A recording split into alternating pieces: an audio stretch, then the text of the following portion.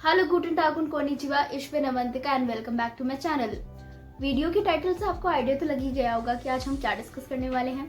So without any further delay, let's continue. For those of you who don't know me, I am a final year Germanistic student from Delhi University's Department of Germanic and Romance Studies. I have inserted this video just to give you all like a short tour of my college. So upon entering, you can find a central library there and a lot of other departments, and now we'll walk towards our department. The complex for arts faculty is really huge, but our department is kinda compact and small, but you can find everything here, and there is a mess you can find just opposite to our complex, and also a canteen in our complex. Not only there's a lot of greenery here, but you can also explore new places or cafes in Hudson Lane, Majnu Ka Tila, or other many more hangout spots. And now we are entering into our classroom, which is room number 29. And our furniture is not that bad, but yeah, it's not that top notch. That's the end of the tour, and let's jump to our first topic. A little longer than a few minutes later.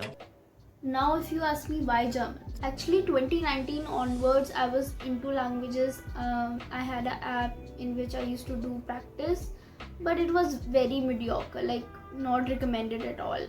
So I had a teacher in school, her name was Smriti, and unfortunately she is not with us anymore, but she once recommended me to join a very renowned institution for German, because I was thinking for learning German or Japanese.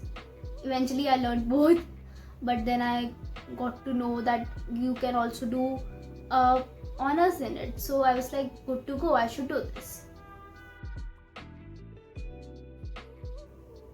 So it used to be really easy. It was on merit basis.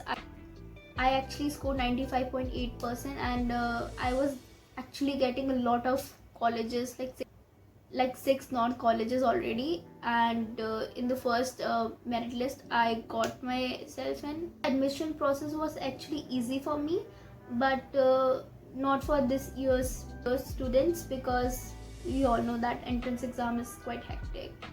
But all the best if you are preparing.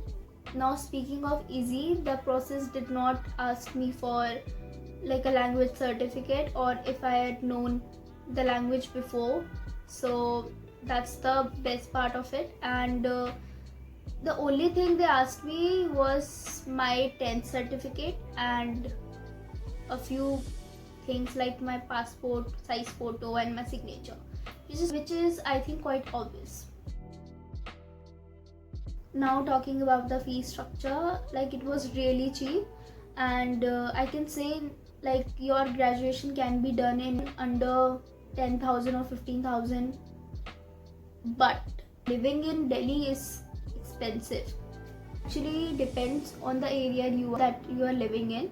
Suppose if you're living really close to the campus, like Guru Tegh Bahadur Nagar or Mukherjee Nagar or Hudson Lane, so Mukherjee Nagar will be the cheapest, then Guru Tegh Bahadur Nagar, and then Hudson Lane, because it's the most expensive. Like you will find PGs around 15,000 or even more. But if we compare it with Mukherjee Nagar and Aspas ka area, then you will get it around 8 or 9k aram se. Overall expenses may vary, but on an average you will spend around 1 lakh or less. A few moments later. So in our curriculum, first of all we had to follow Delhi University's curriculum, which is like having AECC or GE in a course. So we had two courses.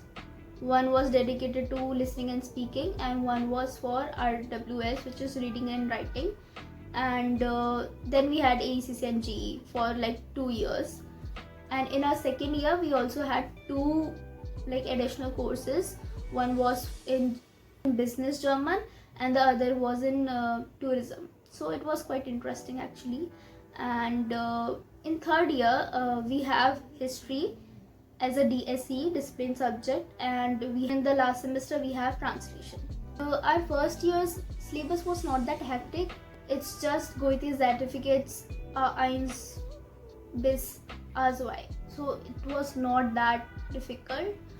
But yeah, the examination process was tough because like in Goethe certificate you only give that speaking exam once, but I had to give like 2 speaking exams, and which made me nervous, but it also helped me learning German. No, it is not necessary to know the basic of that particular language, but if you have a little bit knowledge of that language, it is good.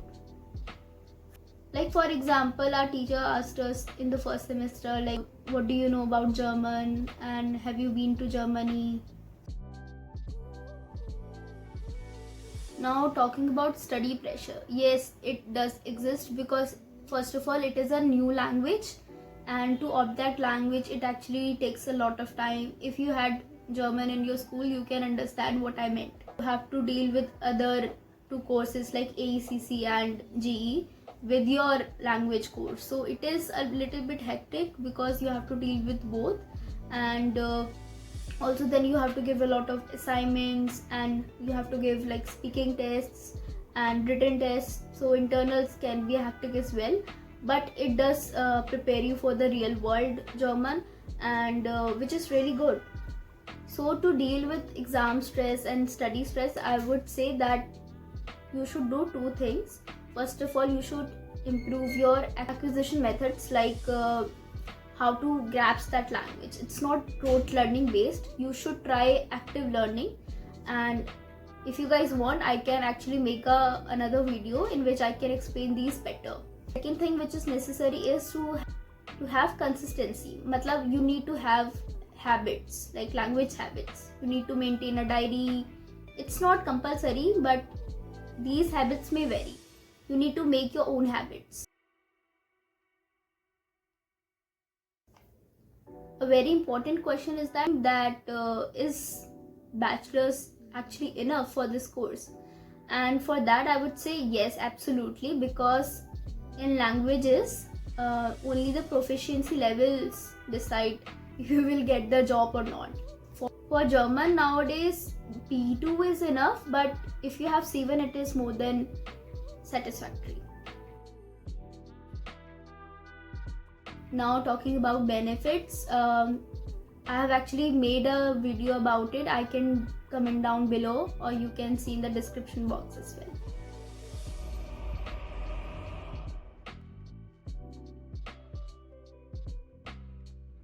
So mainly career wise it is actually really good because first of all it is flexible. You can either work as a translator or an interpreter, or maybe a transcriber, or maybe in an embassy, which I have already discussed in my benefits video, or maybe you can do a teaching diploma and become a teacher, and if you want to become a professor you can give net GRF.